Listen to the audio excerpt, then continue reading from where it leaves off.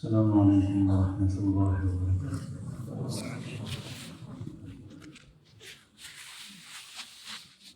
الحمد للہ نحمده ونستعینه ونستغفره ونؤمن به ونتوکل علیہ ونعوذ باللہ من شرور انفسنا ومن سیئات اعمالنا من يهده الله فلا مضل له ومن يضلله فلا هادي له ونشهد أن لا إله إلا الله وحده لا شريك له ونشهد أن سيدنا ومولانا محمدا عبده ورسوله أما بعد فأعوذ بالله من الشيطان الرجيم بسم الله الرحمن الرحيم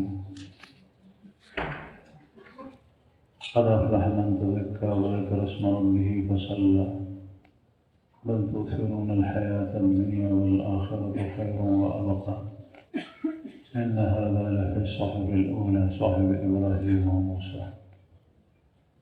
وقال تعالى في مقام آخر في كلامه المجيد قد أفلح من زكاها وقد خاب من دساها. وقال النبي صلى الله عليه وسلم ألا إن في الجسد مضغة إذا صلح الجسد كله فإذا فسدت فسد الجسد كله ألا وهي القلب. وقال النبي صلى الله عليه وسلم اللهم اهدني لأحسن الأخلاق لا يهدي لأحسنها إلا أنت.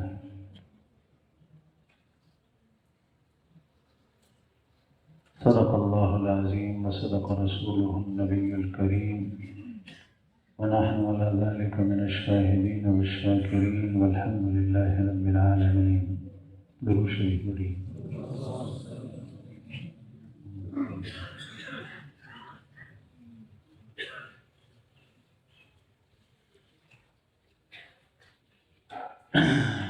میرے معزز سامعین اور بھائیو، اللہ جل شانہ نے ایک بار پھر ہمارے اوپر بہت بڑا فضل اور احسان فرمایا کہ ہمیں پھر کربوغہ شریف کے اندر اس عظیم مسجد میں ایک عظیم عالمی اصلاحی تربیتی روحانی اور فکری اجتماع میں جمع فرمایا. اللہ تعالیٰ کا بہت زیادہ شکر ادا کریں. الحمدللہ ثم الحمدللہ. اور حضرت دامت برکاتہ العالیہ کی سرپرستی میں یہ اللہ جل شانہ کی بہت بڑی نعمت ہے. لوگ اکٹھے ہوتے ہیں لیکن ایسا اجتماع، اس میں ہماری شرکت، یہ ہمارے لیے بہت بڑی اللہ جل شانہ کی طرف سے سعادت مندی ہے، خوش بختی ہے. تو اللہ پاک نے کرم فرمایا، پھر کربوغہ شریف کی فضاؤں میں اس اجتماع میں ہم شریک ہوئے. اللہ تعالیٰ ہماری آپ کی اور آخر تک تمام آنے والوں کی شرکت کو قبول فرمائے اور اس عظیم اجتماع کو ہمارے لیے اور پوری امت کے لیے نفع بخش بنائے. معزز سامعین، قوموں کا عروج و زوال، قومیں ترقی کرتی ہیں اور زوال پذیر ہوتی ہیں. اس کے ضمن میں افراد کا زوال یقینی ہوتا ہے. قومیں ترقی کرتی ہے تو وہ قوم جن افراد پر مشتمل ہوتی ہے وہ بھی ترقی کر جاتی ہے. قومیں نیچے آتی ہیں تو افراد بھی نیچے گرتی ہیں. آج کل یہ بھی ایک عجیب سوچ ہے کہ کسی مسلمان ملک پر کوئی آفت آتی ہے، چاہے وہ مسلمانوں کی حکومت ہو، چاہے وہ ایک خطے کے لوگ ہوں، تو دوسری حکومتوں اور دوسرے خطے کے لوگ سمجھتے ہیں کہ ہمارے اوپر تو یہ مصیبت نہیں آئی، لیکن بحیثیت مسلمان ایک امت ہے، ایک قوم ہے. کسی جگہ بھی اگر مسلمانوں پر مصیبت آتی ہے، نیچے گرتے ہیں، تو یہ مسلمانوں کے لیے بڑے نقصان کی بات ہے، خسارے کی بات ہے. اور اکثر یہ قاعدہ ہے کہ افراد کی اصلاح سے قوموں کی اصلاح ہوتی ہے.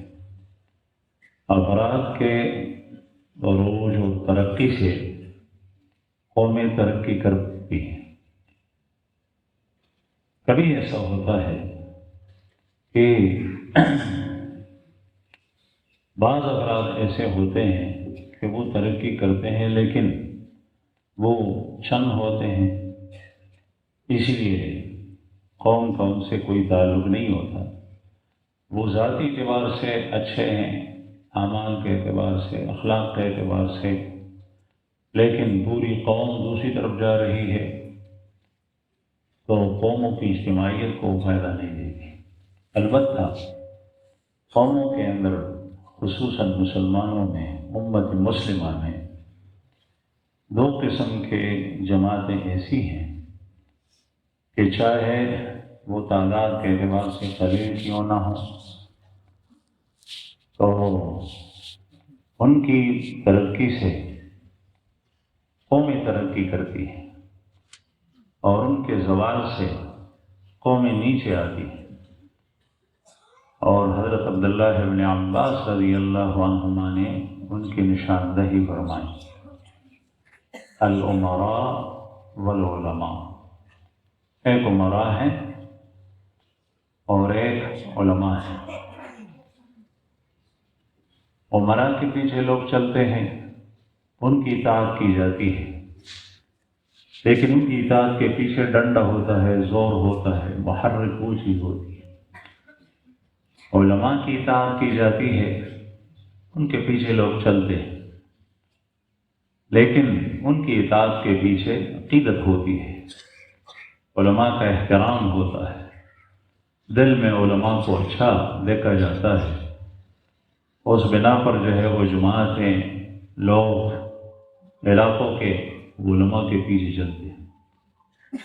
اس لیے انہوں نے ارشاد فرمایا کہ اگر یہ دو جماعتیں ٹھیک ہو جاتی ہیں تو پوری قوم اور امت ٹھیک ہو جاتی ہے.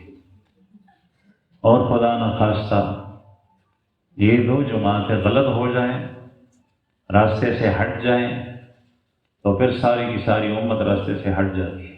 اللہ جل شانہ اس سے ان تمام حضرات کی اور ہم سب کی حفاظت فرمائیں کہ ہم راستے سے ہٹ جائیں. بہرحال میں اس کر رہا تھا کہ جو افراد جن سے قومیں بنتی ہیں، اگر قومیں ترقی کرتی ہیں تو افراد بھی ترقی کرتی ہیں، اور قومیں تنزل کا شکار ہوتی ہیں تو افراد بھی تنزل کا شکار ہوتے ہیں. اور قوموں کی ترقی اور تنزل اعمال اور کردار کے اوپر موقوف ہے. ان اللہ لا یغیر ما بقوم حتی یغیروا ما بانفسہم.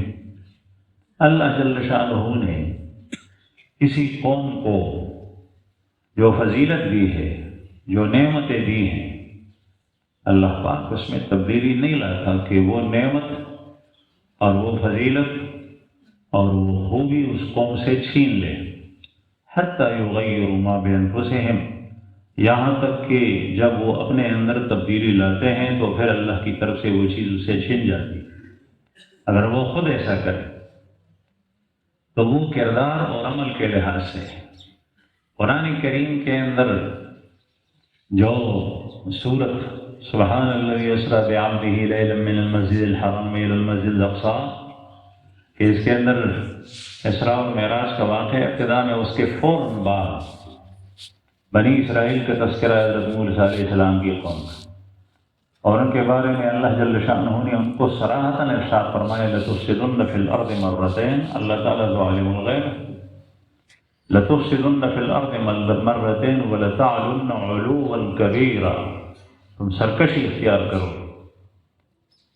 جب قوم اپنے کردار کو، اپنے اسلاف کے راستے کو، ان کے مشن کو، ان کے طریق کو چھوڑ دیتی ہے، وہ خطا ہو جاتی ہے، تو پھر اللہ جل شانہ کی طرف سے زوال آتا ہے، اور پھر پر مار بھی ایسے لوگوں کی پڑتی ہے جو اللہ کے دشمن ہیں۔ اللہ جل شانہ سے اس میں کوئی نہیں پوچھ سکتا، لا یسأل عما یفعل وہم یسألون، کہ یہ کیوں مسلط ہو گئے۔ تو میں عرض کر رہا تھا کہ یہ عروج اور زوال اعمال کے اعتبار سے ہے، کردار کے اعتبار سے ہے۔ جتنے اللہ جل شانہ کے بتائے ہوئے راستے کے گزشتہ انبیاء کی امتوں میں ان انبیاء کے راستے کے مطابق اللہ جل شانہ کی عادت تھی، قانون تھا، اور خاتم النبیین صلی اللہ علیہ وسلم کی سنت میں وہی ضابطہ ہے، جو اس راستے کے اوپر جتنا چلے گا، جو نبی کریم صلی اللہ علیہ وسلم نے ہمیں چھوڑا ہے، اس قوم کا کردار، افراد کا کردار اسی کے مطابق ہوگا، تو اللہ جل شانہ کی طرف سے برکتیں آئے گی، انعامات آئے گی، کام ان کے درست ہوں گے، یہ ترقی کریں گے۔ اور جیسے ہی خدا نخواستہ اس راستے سے ہٹ جائیں تو پھر اللہ جل شانہ کی طرف سے بھی زوال آتا ہے، اور پھر عمل کے پیچھے اخلاق ہوا کرتی ہیں۔ انسان کے اندر کچھ صفات ہیں، ان صفات سے اعمال نکلتے ہیں۔ جس طریقے سے بیج زمین میں گر جاتی ہے، اس سے کومبل نکلتی ہے، کومبل سے پھر پودا بنتا ہے، پودے کے اوپر پھل لگتے ہیں۔ اگر گندم کی بیج زمین میں بوئی جاتی ہے تو اس سے کومبل نکل کر گندم کا پودا بنتا ہے، اور اگر کسی درخت کی بیج ہے تو اس سے بڑا تناور درخت بنتا ہے۔ اگر وہ پھلدار ہے پھر اس کے اوپر پھل لگتے ہیں، اگر وہ پھولدار ہے تو پھر اس کے اوپر پھول لگتے ہیں۔ اگر یہ دونوں میں سے نہیں ہے تو پھر وہ لکڑی کے کام آتی ہے، ورنہ جلنے کے کام آتی ہے۔ یہ تب ہوتا ہے کہ جب ابتدا میں وہ بیج زمین کے اندر ہو، کسی انسان نے ڈالی ہو یا اللہ جل شانہ کی طرف سے ہو۔ بہرحال یہ اعمال کے پیچھے صفات ہوتی ہیں، اور در حقیقت وہ صفات ہی قوموں کی زوال اور عروج کا سبب بنتی ہیں۔ جب ماضی کے اندر تاریخ اس پہ گواہ ہے، قرآن کریم اس پہ گواہ ہے، اور تاریخ اس پر گواہ ہے کہ جب بھی ان قوموں سے یہ صفات نکل گئی اور اس کے اندر تغیر آ گیا تو پھر ان کے اعمال بدل گئے، اور صفات بنتے بھی اعمال سے، اعمال نکلتے بھی صفات سے، یعنی ابتدا کے اندر بھی اخلاق حسنہ اور انتہا بھی اخلاق حسنہ پر ہوتی ہے۔ جس طریقے سے ایمان انسان کے اندر جب اللہ جل شانہ ایمان کی توفیق دیتا ہے، اس کے ابتدا بھی معرفت ہوتی ہے اور انتہا میں بھی معرفت ہوتی ہے، اگرچہ ابتدائی معرفت اور انتہائی معرفت میں فرق ہوتا ہے۔ انتہا کی جو معرفت ہوتی ہے ایمان کے بعد، اعمال میں ترقی کر جانے کے بعد، اس سے آدمی عارف باللہ بنتا ہے، ولی اللہ بنتا ہے۔ یہ معرفت اعلیٰ درجے کی، اور ایمان سے پہلے جو معرفت ہوتی ہے اس معرفت کی سبب سے انسان کو ایمان کی توفیق ملتی ہے۔ کبھی کبھی وہ غیر اختیاری بھی ہوتی ہے، دل کے اندر روشنی آتی ہے اور انسان نہیں چاہتا، نہ چاہتے ہوئے بھی وہ روشنی آتی ہے، اس کی برکت سے اس کو ایمان نصیب ہوتا ہے، پھر اس کے بعد جو ہے وہ اس میں ترقی کرتے کرتے کرتے یہ معرفت حاصل ہو جاتی ہے کہ اللہ جل شانہ کو اس کی صفات سے، اس کے کاموں سے، اگرچہ آنکھوں سے آدمی دنیا کے اندر نہیں دیکھتا پھر پہچانتے۔ بہرحال اس طریقے سے انسان کے اندر وہ صفات بھی، ہر شخص کے اندر اس صفات کی بیج اللہ نے بوئی ہے اور رکھی۔ قد افلح من زکاها ونفس وما سواها ونفس وما سواها قد افلح من زکاها وقد خاب من دساها۔ اللہ جل شانہ نے انسان کے اندر وہ بیج بویا، اچھے کاموں کے لیے بھی اور برے کاموں کے لیے بھی۔ اچھی صفات بھی ہیں اور بری صفات بھی ہیں، پھر اعمال کرتے کرتے اچھی صفات میں ترقی ہوتی ہے، برے اعمال کرتے کرتے بری صفات کے اندر ترقی ہوتی ہے۔ اچھے اعمال کرتے کرتے کرتے انسان کبھی یہاں تک پہنچ جاتا ہے کہ رسول اللہ صلی اللہ علیہ وسلم نے حضرت عثمان بن عفان ذو النورین کے بارے میں ارشاد فرمایا، ما ضر لا عثمان ما عمل بعد اليوم، عثمان کو کوئی ضرر نہیں پہنچے گا اس کے بعد جو بھی عمل کرے۔ اللہ جل شانہ ایسی جگہ تک، ایسے مقام میں پہنچا دیتا ہے کہ پھر وہ ڈر ہی ختم ہو جاتا ہے کہ واپس آئے گا، حالانکہ شیطان ہر کسی کے ساتھ لگا ہوا ہے۔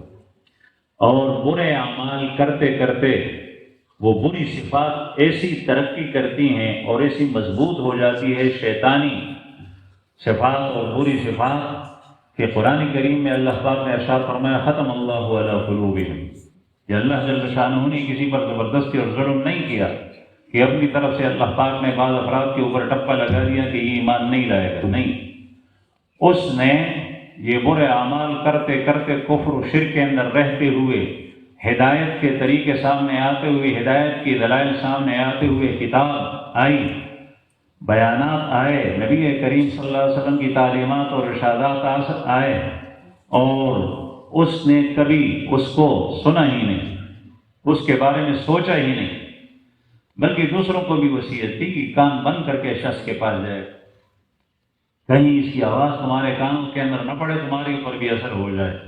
ایسے لوگوں کے بارے میں اللہ پاک نے ارشاد فرمایا، ختم اللہ علی قلوبہم، اللہ جل شانہ نے ان کے دلوں کے اوپر مہر لگا دی۔ اب یہ ایسے مقام تک پہنچ گئے ہیں برائی کے اندر کہ وہ صفات جو اللہ جل شانہ نے اچھی رکھی تھی وہ اتنی کمزور اور مان پڑ جاتی ہے کہ پھر سر اٹھانے کی قوت اور طاقت ہی نہیں، ایسی کمزور ہو جاتی ہے حجت۔ اس لیے قرآن کریم میں انسانوں کو، قرآن پاک میں ہی اللہ جل شانہ نے بعض جگہوں کے اندر دو انسانوں میں منقسم کر دیا ہے، یا تو وہ شکور ہے اور یا کافر ہے۔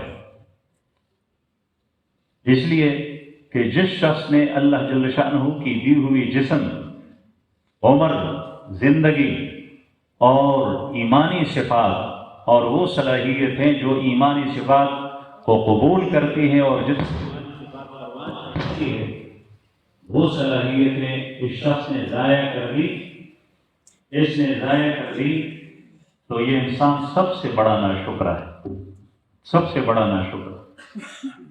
اور یہ انسان جس کو اللہ نے پیدا کیا اور اللہ کی بندگی کے علاوہ کسی اور کے سامنے سجدہ ریز ہوتا ہے، اس کی پوجا کرتا ہے، یہ سب سے بڑا ناشکرا ہے۔ اللہ جل شانہ کی ناقدری کرنے والا زندگی کس نے دی اور زندگی کی ضروریات اور حاجات کس نے پوری کی اور ہر چیز کون دے رہا ہے، لیکن اس کے باوجود کسی اور کی طرف جا رہا ہے، سب سے بڑا ناشکر ہے۔ ہمارے یہاں پہ ایسا ہوتا ہے کہ اگر کسی کو میں کسی شخص کے پاس سے جاؤں، اس کو پہچانوں بھی نہیں، وہ مجھے کھانا کھلائے اور چائے پلائے تو پوری زندگی آدمی اس شخص کو بھولتا نہیں، اس لیے کہ ایسے وقت میں جو نہ جان نہ پہچان اس نے ہماری مہمان نوازی، چائے پلائی، کھانا کھلایا، پھر شاکر انسان اس کو بھولتا نہیں۔ ایسا نہیں بنتا کہ جب وہ آتا ہے تو پھر منہ موڑ لیتا ہے کہ میں تو تجھے نہیں پہچانتا۔ تو اس لیے انسانوں کو دو قسموں میں تقسیم کیا ہے، یا شکور ہے اور یا کفور ہے، یا سب سے بڑا ناشکرا اور یا شکر گزار قدردان جو اللہ جل شانہ کی دینی نعمتوں کی قدر کرتا ہے۔ تو کسی انسان کے پاس کوئی گھر نہ ہو، مکان نہ ہو، سواری نہ ہو، مال و دولت نہ ہو، بینک بیلنس نہ ہو، بنگلہ اور کوٹی نہ ہو، کوئی چیز بھی نہ ہو، لیکن اس کو اللہ جل شانہ نے جو صفات دی ہیں وہ صفات اس نے ضائع کی، سب سے بڑا ناشکرہ ہے، اللہ تعالیٰ کی نعمتوں کی ناقدری کرنے والا۔ میں عرض کر رہا تھا کہ یہ صفات، اس سے اعمال بنتے ہیں اور اعمال سے صفات بنتی ہیں، اعمال صفات سے اعمال نکلتے ہیں اور اعمال کرتے کرتے انسان میں اچھی صفات آتی ہیں۔ اس لیے ہمارے حضرت دامت برکاتہم العالیہ نے بیانات میں بھی کئی بیانات کے اندر ارشاد فرمائے اور بار بار ارشاد فرماتے ہیں کہ انسان اگر اخلاق سیکھنا چاہتا ہے، اچھے اخلاق، اور اس میں نہیں ہے، تو اس خلق کا جو نتیجہ ہے وہ نتیجہ بار بار کرے، کئی بار کرنے سے انشاءاللہ وہ صفت پروان چڑھے گی اس کے اندر۔ بخل ہے، بخیل ہے، اللہ کے راستے میں مال دینا یہ جی نہیں چاہتا، نہیں دے سکتا، تو زبردستی اپنے آپ سے الگ کر کے کسی فقیر کو دے۔ ایک دفعہ دیا بہت مشکل ہوگا، دوسری دفعہ دیا اس سے آسان ہوگا، تیسری دفعہ دیا اس سے آسان ہوگا، آہستہ آہستہ اس کے اندر صفت آئے گی سخا کی، جود کی، سخاوت کی، یہ صفت آ جائے گی۔ صبر کا مادہ نہیں ہے، جیسے ہی مصیبت آئی زبان سے اللہ جل شانہ کے بارے میں کوئی شکوہ اور شکایت کسی مخلوق کے پاس نہ لے جائے، فریاد کرے تو صرف اللہ جل شانہ کے سامنے کرے۔ اس طرح ایک دفعہ کیا، دوسری بار کیا، تیسری بار کیا، بار بار کرتے کرتے اس کے اندر وہ صفت صبر کی آئے گی۔ شکر کی صفت اس کے اندر نہیں ہے کہ عادت آج سے ڈالے کہ جو بھی نعمت آئے اس پر اللہ کا شکر ادا کرے، اور یہ نعمت ہے کہ اللہ جل شانہ نے اسے اجتماع میں پہنچایا، الحمدللہ۔ یہ نعمت ہے کہ نماز با جماعت پڑھنے کے لیے اللہ تعالیٰ نے مسجد میں آنے کی توفیق دی، الحمدللہ۔ یہ نعمت ہے کہ آپ نے وضو کیا، اس وضو کے ذریعے سے آپ کے لیے وہ چیزیں جو آپ بغیر وضو کے نہیں کر سکتے کہ اللہ پاک نے جائز کرا دی، الحمدللہ۔ بہت ساری چیزیں ایسی ہیں جس کو ہم نعمت سمجھتے نہیں ہیں۔ عافیت سے گھر میں داخل ہوئے، گھر کے افراد کو خوش و خرم دیکھا تو الحمدللہ۔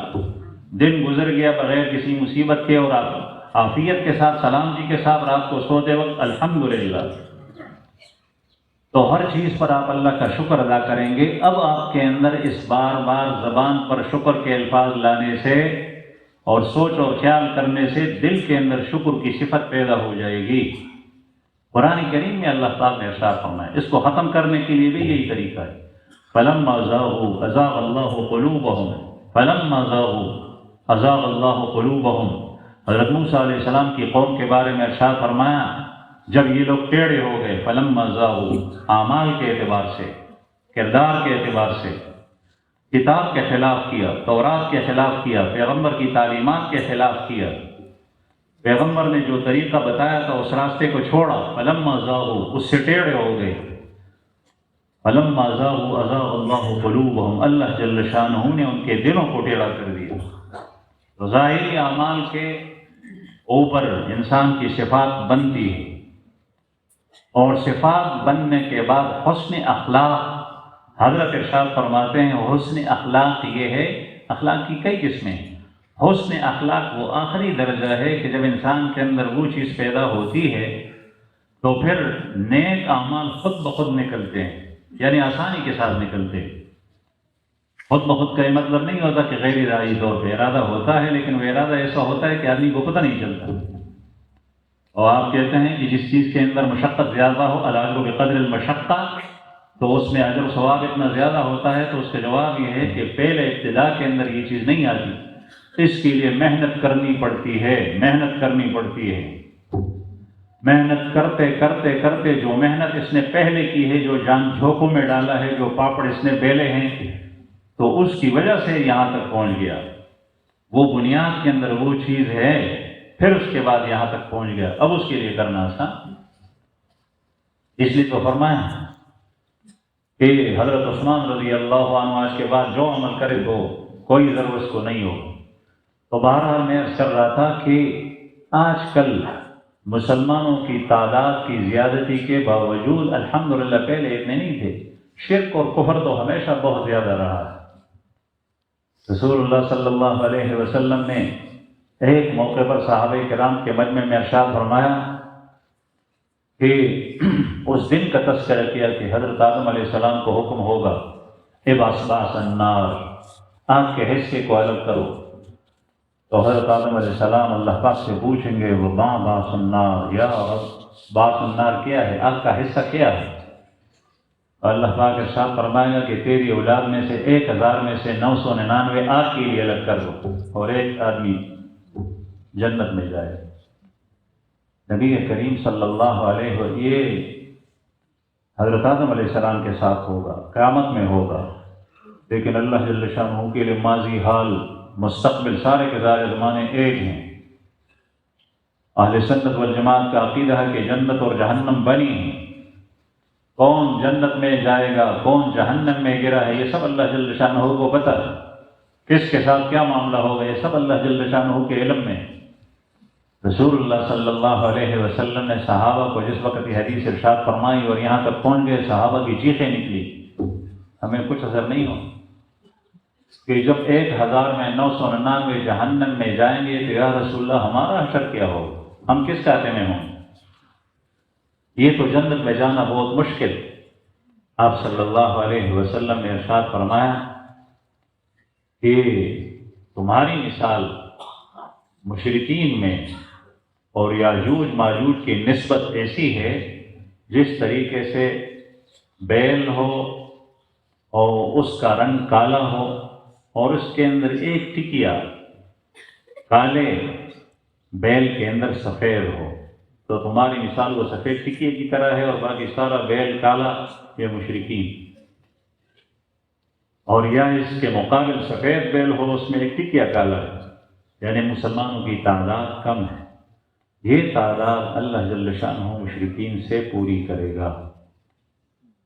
لیکن معزز سامعین، پہلے ہم اپنی ایمان کے اوپر غور کریں، نظر ڈالیں کہ آیا ہم نے ایمان کی حفاظت کی ہے؟ ہمارا ایمان ہے؟ ایمان کا معیار وہ ہو جو اللہ جل شانہ کے ہاں ہے، جو رسول اللہ صلی اللہ علیہ وسلم نے اپنی امت کو ارشاد فرمایا اور چھوڑا ہے۔ ایمان ایسا ہونا ہے، ایمان کا معیار وہ جو صحابہ کرام کا فَإِنْ آمَنُوا بِمِثْلِ مَا آمَنْتُمْ بِهِ فَقَدِ اهْتَدَوْا۔ کوئی اس شخص کو اس بات کو بھول جائے کہ جس کی دنیا کے اندر چلنا رسول کے چلنے کے خلاف، عبادات ان کے خلاف، معاملات ان کے خلاف، معاشرت اس کے خلاف، اخلاق ان کے خلاف، پھر یہ سمجھتا ہے کہ میں مسلمان ہوں۔ نہیں، فَإِنْ آمَنُوا بِمِثْلِ مَا آمَنْتُمْ بِهِ، اگر تم ایسے ایمان لے آؤ، فَإِنْ آمَنُوا، اگر یہ لوگ ایسے ایمان لے آئیں، یہ منافقین جو اپنے آپ کو مسلمان کہتے ہیں، ایمان لے آئیں ایسے جس طریقے سے اے صحابہ تم ایمان لائے، فَقَدِ اهْتَدَوْا، تو پھر وہ ہدایت کے اوپر ہے، پھر اولئک هم المفلحون، یہ کامیاب بھی ہے، پھر وانتم الاعلون ان کنتم مؤمنین، یہ دنیا کے اندر سب پر غالب بھی ہیں۔ اور ان کا کردار کیسے ہوگا، ان کی صورت کیسی ہوگی؟ میں ایک واقعہ یاد آیا، اور صحابہ کرام کے چونکہ قرآن کریم میں اللہ پاک نے ارشاد فرمایا ہے، مجھے صحابہ کرام کے اور اپنے اکابرین کے اس کے بعد واقعات بیان کرنے میں مزہ آتا ہے، انہی کی اتباع کرنی چاہیے۔ حضرت ابو ہریرہ رضی اللہ عنہ رسول اللہ صلی اللہ علیہ وسلم کے صحابی، اور حضرت صدیق اکبر رضی اللہ عنہ کی دعوت اور ترغیب پر ایمان لائے۔ حضرت صدیق اکبر ایمان لائے، پھر چند افراد کو دعوت دی، جس میں حضرت عثمان بن عفان رضی اللہ عنہ، ابو عبیدہ ابن جراح رضی اللہ عنہ، یہ لوگ ایمان لے۔ پھر مکہ مکرمہ کی زندگی تھی، رسول اللہ صلی اللہ علیہ وسلم کا ساتھ دے رہے تھے، ہر جگہ مشکلات تھی، ان کی طرف سے سزائیں اور تکلیفیں تھی، مشرکین کی طرف سے ان کی تعداد زیادہ تھی۔ نبی کریم صلی اللہ علیہ وسلم مدینہ منورہ ہجرت کر گئے، صحابہ کرام نے بھی ہجرت کی، حضرت ابو عبیدہ بن جراح رضی اللہ عنہ جن کا نام عامر ہے اور ان کے والد کا نام جراح نہیں ہے بلکہ ان کے والد کا نام عبداللہ ہے، عبداللہ کے والد کا نام جراح ہے، ابو عبیدہ عامر بن عبداللہ بن الجراح، لیکن اسی سے مشہور ہے ابو عبیدہ بن جراح رضی اللہ عنہ۔ بدر کے اندر رسول اللہ صلی اللہ علیہ وسلم کے صحابہ کرام ایک طرف آپ حضرات کو معلوم ہے، دوسری طرف مشرکین تھے۔ سارے صحابہ بہادری کے اور جرأت کے جوہر دکھا رہے تھے، لگے ہوئے تھے کافروں کے قتل کرنے میں۔ یہ وہ لوگ تھے جنہوں نے 13 سال رسول اللہ صلی اللہ علیہ وسلم کو مکہ مکرمہ میں عزیزیں پہنچائیں۔ اب ایمان کو دیکھیں، ابو عبیدہ بن جراح رضی اللہ عنہ، حضرت عبداللہ بن عمر رضی اللہ عنہ صحابہ کرام میں 3 آدمیوں سے بڑے متاثر ہیں، ایک ابو بکر صدیق، ایک عثمان ذو النورین اور ایک ابو عبیدہ بن جراح۔ یہ بڑے مہربان اور رحیم لوگ تھے، لیکن جنگ کے دوران ان کی حالت دیکھ، تلوار چلا رہے ہیں تو خود صحابہ کرام فرماتے ہیں کہ شیر کی طرح کافروں کے اوپر حملہ کر رہے ہیں ابو عبیدہ بن جراح، اور جدھر بھی جاتے ہیں کافر بھاگتے ہیں، لیکن ایک شخص ایسا ہے جو ابو عبیدہ کے سامنے آتا ہے، ابو عبیدہ رضی اللہ عنہ اس کو چھوڑ کر دوسری طرف جاتے ہیں، پھر وہ شخص سامنے آتا ہے، پھر تیسری جگہ جاتے ہیں، پھر سامنے آتا ہے۔ ابو عبیدہ بن جراح ان پر وار نہیں کرتے، ان کو چھوڑتے ہیں، لیکن وہ راستے بند کرتے ہیں سارے، یہ کسی طرف نہیں جا سکتے۔ جب 2-3 دفعہ اس نے ایسا کیا، آخر انہوں نے تورنار نکالی اور اس کو قتل کر دیا۔ یہ کون تھے؟ ان کے والد، ابو عبیدہ بن جراح کے والد۔ اللہ جل شانہ کے لیے اور اللہ کے رسول کے لیے باپ سے محبت تھی، لیکن وہ محبت سب ختم۔ اللہ کی محبت کے اوپر، رسول اللہ صلی اللہ علیہ وسلم کی محبت کے اوپر اپنے باپ سے محبت قربان کر دی، اس کو قتل کر دی۔ باپ بار سامنے آتا، اس طرح صدیق اکبر رضی اللہ عنہ کو اپنے بیٹے عبد الرحمن نے ایک موقع پر کہا جب مسلمان ہوئے کہ ابا جی آپ میرے سامنے بدر میں آئے تھے، لیکن میں نے کہا میرے باپ ہیں۔ ابو بکر صدیق رضی اللہ عنہ فرماتے ہیں اگر تو میرے سامنے آتا تو میں ہرگز تجھے نہیں چھوڑتا، اس لیے کہ یہ اللہ کے لیے تھا۔ کتاب والے نے لکھا ہے، تاریخ میں، رجال کی کتابوں میں یہ واقعہ ہے کہ یہ ابو عبیدہ نے اپنے باپ کو نہیں قتل کیا، بلکہ اس کی باپ کے اندر شرک کو قتل کیا ہے، اور یہ اللہ کے لیے اس نے کیا ہے۔ اس لیے کسی بھی کام کو کرتے وقت یہ ہونا چاہیے۔ ہماری کتابوں کے اندر یہ لکھا ہے کہ اگر کافروں سے کہیں لڑائی ہوئی اور کافروں نے مسلمانوں کے بچے اٹھائے اور تطرس بہم، مسلمانوں کے سامنے اس کو کر دیا کہ مسلمان تیر مار رہے ہیں تو مسلمانوں کے بچے لگ رہے ہیں، اس وقت کرنا کیا چاہیے، اور وہ ان کو لے کے یوں آگے پیش قدمی کر رہے ہیں، اور اگر وہ پہنچ گئے مسلمانوں کے پاس تو مسلمانوں کے علاقے کو فتح کریں تو کیا کرنا چاہیے؟ تو فقہاء نے لکھا ہے کہ اس وقت مسلمانوں کو تیر مارنی چاہیے، رمی کرنی چاہیے، فائر کرنا چاہیے، چاہے وہ مسلمان بچے لگیں، لیکن اس وقت ہاتھ کے اوپر تو وہ نہیں کر سکتے ہاتھ سے، البتہ دل سے کر سکتے ہیں۔ دل میں یہ نیت کریں کہ یہ گولی میں کافر کو مار رہا ہوں، یہودی کو مار رہا ہوں، اس بچے کو نہیں، اس لیے کہ دل کے اندر یہ سوچ اس کی بن سکتی ہے۔ دل کے احکام الگ ہیں، اور دل کے احکام ہیں وہ احکام اعضاء سے ادا نہیں ہوتے، اور اعضاء کے احکام ہیں، اور پھر دل کے احکام ایسے ہیں کہ اگر اس میں تغیر آ گیا تو بظاہر اعضاء اور جوارح کے احکام اچھے ہوں گے، لیکن ان میں تغیر آ جائے گا، وہ ٹھیک نہیں۔ اس لیے فرمایا انما الاعمال بالنیات۔ تو بہرحال حضرت ابو عبیدہ بن جراح رضی اللہ عنہ انہوں نے باپ کو قتل کر دیا۔ رسول اللہ صلی اللہ علیہ وسلم کے ساتھ غزوہ احد میں ابو عبیدہ بن جراح شریک تھے، اور یہ ان 10 صحابہ کرام میں ہیں جنہوں نے نبی کریم صلی اللہ علیہ وسلم کا گھیراؤ کیا تھا سخت وقت میں، تاکہ آپ صلی اللہ علیہ وسلم کو کافر نقصان نہ پہنچائے۔ ان میں ایک ابو عبیدہ رضی اللہ عنہ۔ اس جنگ کے اندر رسول اللہ صلی اللہ علیہ وسلم کی پیشانی مبارک اور چہرہ اور دندان زخمی ہوئے اور دان مبارک ٹوٹ گئے۔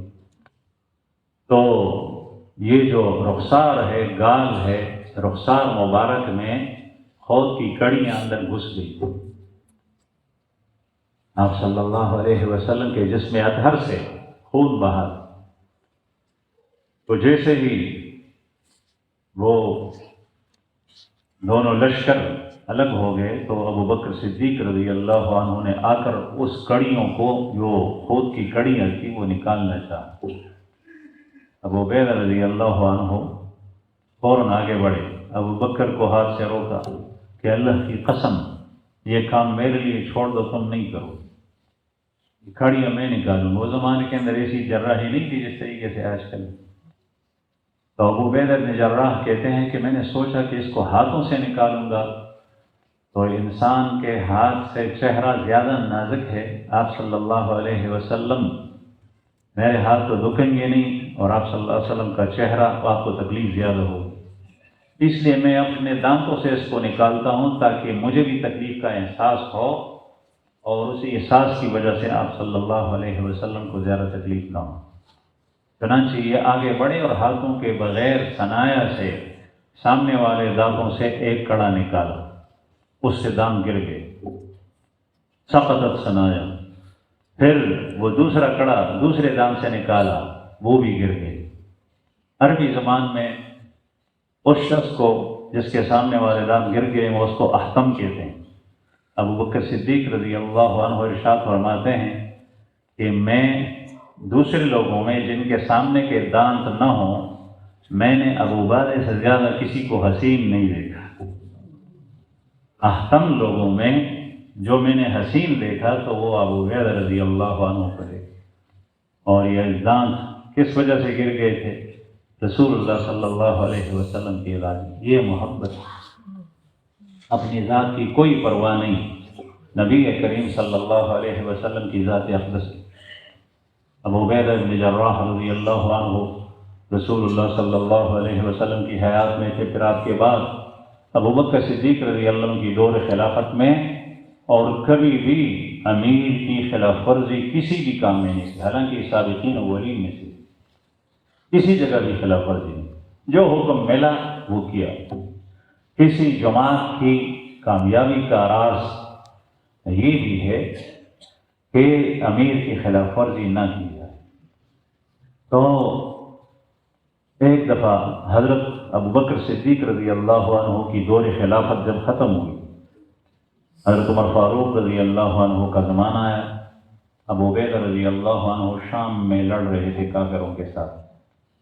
اس زمانے کے اندر شام میں ایک وبا آئی، طاعون، اور وہ وبا ایسی تھی کہ بالکل آندھی کی طرح، تیز آندھی کی طرح، جس چیز کے اوپر جاتی تو کسی چیز کو نہیں چھوڑتی، لوگ مرتے گئے.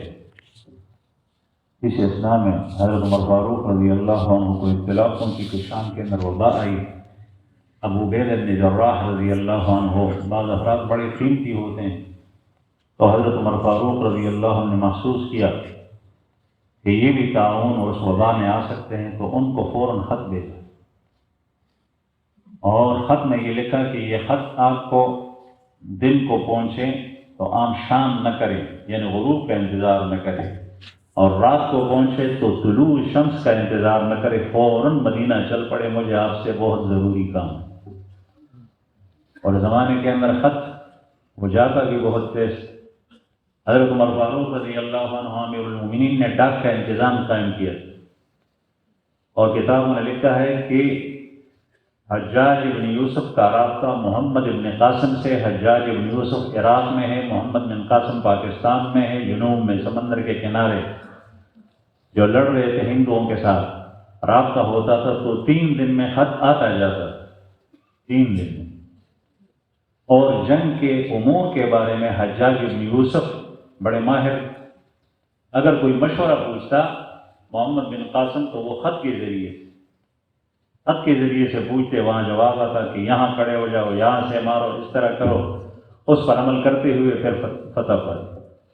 یہ خط کے ذریعے سے ہوتا تھا. موبائل نہیں تھا، نیٹ نہیں تھا، یہ چیزیں نہیں، آج کل کی طرح جہاز نہیں تھا، لیکن اتنا تیز انتظام.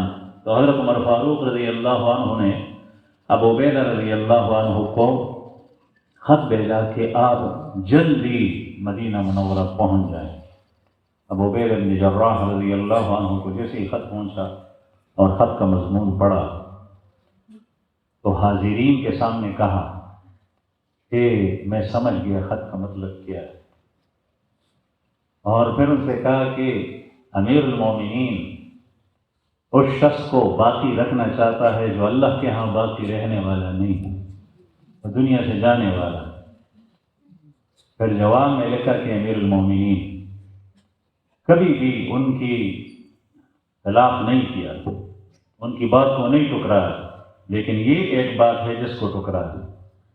اور خط میں لکھا کہ امیر المومنین مجھے معذور سمجھے، جیسے ہی میرا خط آئے تو مجھے معذور سمجھے، میں اس بات کو پسند نہیں کرتا کہ اپنے ساتھیوں سارے لشکر کو یہاں چھوڑ دو اور میں خود مدینہ آپ کے پاس آ جاؤں۔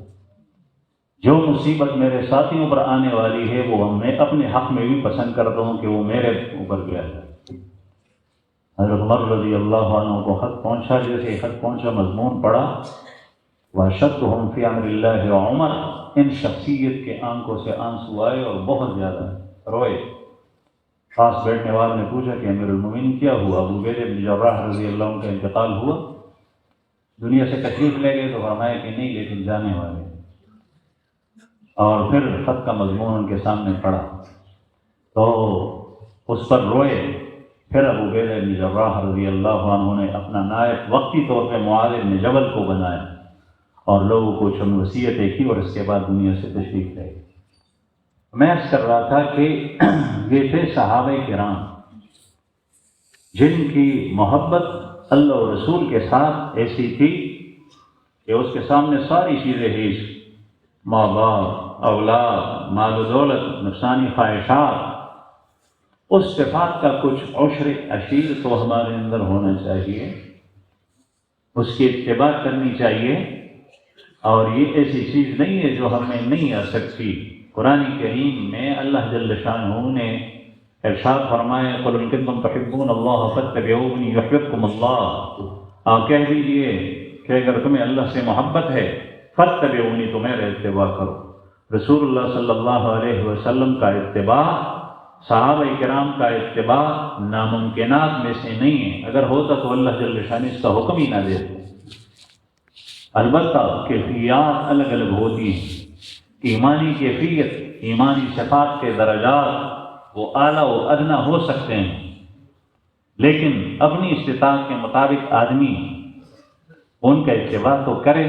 میں عرض کر رہا تھا کہ اخلاقی صفات، اخلاق حسنہ، یہ اعمال کی بنیاد میں، اس لیے ابو ہریرہ رضی اللہ عنہ کے پاس تابعی آئے اور انہوں نے کہا کہ میں نے دعا کی تھی کہ مجھے بہترین ساتھی مل جائے، آپ کے پاس میری رہنمائی ہوئی اور آپ کے پاس پہنچ گیا، آپ مجھے رسول اللہ صلی اللہ علیہ وسلم کی حدیث سنائیں۔ ابو ہریرہ رضی اللہ عنہ نے فرمایا کہ میں سناتا ہوں۔ جیسے ہی رسول اللہ صلی اللہ علیہ وسلم کا لفظ نام مبارک لیا تو چیخے اور گر گئے۔ نشغ کے معنی چیخ کے اندر چیخ بھی داخل ہے اور بے ہوشی بھی داخل ہے، گرنا بھی داخل ہے۔ پھر اس کے بعد جب بیدار ہوئے، ٹھیک ہو گئے، تو پھر فرمایا کہ میں سناتا ہوں۔ پھر دوبارہ وہی کیفیت، یہ تیسری دفعہ پھر حدیث سنائی کہ سب سے پہلے جن لوگوں کے ساتھ حساب ہوگا وہ آدمی ہوگا جو مجاہد ہے، جو سخی ہے، جو عالم ہے، آپ حضرات کو پتہ ہے، لیکن ان کے پیچھے جو ہے وہ اس کے دل کی نیت ٹھیک نہیں ہے۔ یہ بڑے بڑے اعمال دنیا کے اندر، آخرت کے اندر اس کے کچھ کام نہیں آئیں۔ محدثین حضرات، ہمارے اساتذہ کرام اور شرح لکھنے والے شراح وہ فرماتے ہیں کہ ان اعمال کی مثال جو رسول اللہ صلی اللہ علیہ وسلم نے دی ہیں، ہر عمل اس پہ قیاس کریں، لیکن اس کی مثال اس لیے دی کہ یہ سب سے بڑے اعمال۔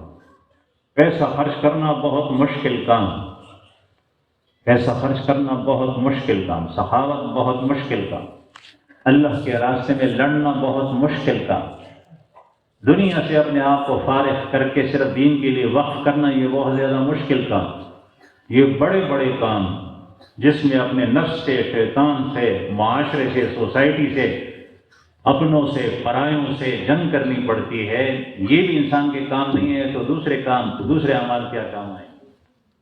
تو بہرحال میں اس کر رہا تھا کہ قوموں کے عروج و زوال میں اخلاق کو بہت بڑا دخل ہے، اور یہاں اس عظیم مرکز کے اندر سب سے پہلا اور بنیادی کام جو ہوتا ہے وہ یہ کہ ہمارے اخلاق سنور جائیں، ہمارا تزکیہ ہو جائے، ہم مزکہ ہو جائیں، اور اس طریقے سے دوسرے بھائی بھی آتے رہیں کثرت سے اس اجتماع سے فائدہ اٹھائیں، ہماری خوبیاں ہمارے اندر اچھی پیدا ہو اور ہماری صفات اچھے پیدا ہو تو اس سے نکلنے والے اعمال اچھے پیدا ہوں گے، اور اللہ جل شانہ کی طرف سے جو نتیجہ اس میں مرتب ہوگا ساری قوت اللہ کے پاس ہے، ساری قوت اللہ کے پاس ہے۔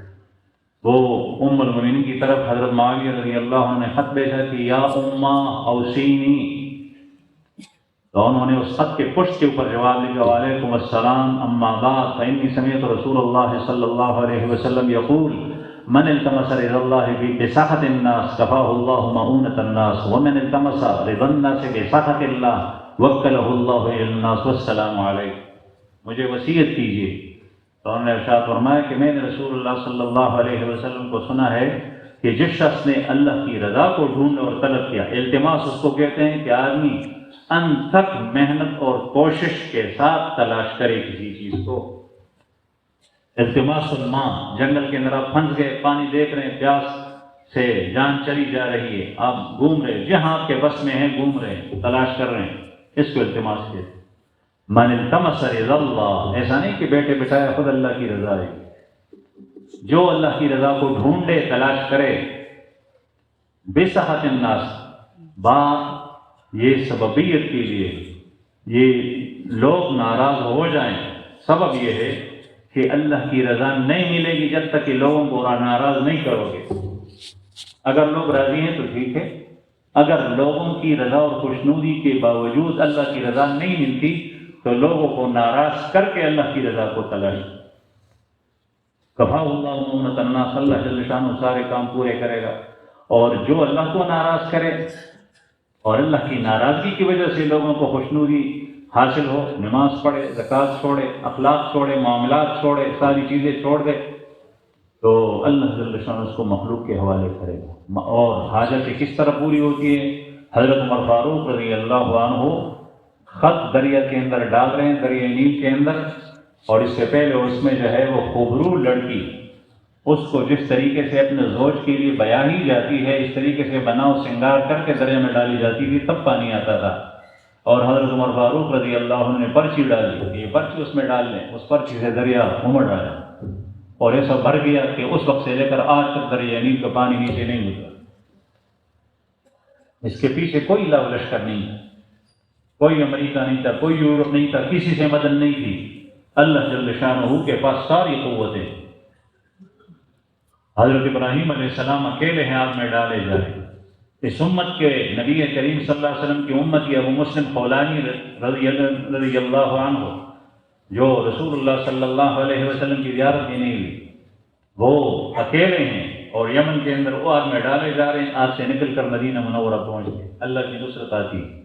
بہرحال میں عرض کر رہا تھا کہ اس امت کے اندر بھی یہی قانون ہے جو پہلے ہے، اللہ جل شانہ ہمیں ذلت سے، رسوائی سے، گمراہی سے اس سے بچائے، اور اللہ جل شانہ ہماری ایمان کی حفاظت فرمائے، لیکن اپنے اخلاق کی فکر کرنی ہے اور اس کے بارے میں محنت اٹھانی پڑے گی، اور اخلاق اچھے ہو جائیں، صبر ہو جائے تو پھر اعمال اور کردار بھی اچھے ہوں گے، اور کردار اور اعمال اچھے ہوں گے تو پورا معاشرہ درست ہو جائے گا، پورا معاشرہ درست ہوگا تو اللہ جل شانہ کی مدد آئے گی۔ اللہ پاک ہمیں اس اجتماع سے زیادہ فائدہ اٹھانے کی توفیق عطا فرمائے۔ ایک بات عرض کروں، چونکہ ابھی اجتماع شروع ہو رہا ہے، آپ حضرات سنیں کہ چونکہ ساتھی آ رہے ہیں اس وقت، اس لیے اس جگہ یہ عظیم مرکز ہے، اور الحمدللہ ثم الحمدللہ یہ کافی عرصے سے یہ ترتیب شروع ہے، اس میں باتیں نہیں ہوتی، اس لیے جو حضرات اجتماع میں شرکت کے لیے آتے ہیں تو نماز کے دوران، بیان کے دوران باتوں وغیرہ سے سختی سے اجتناب کیا جائے۔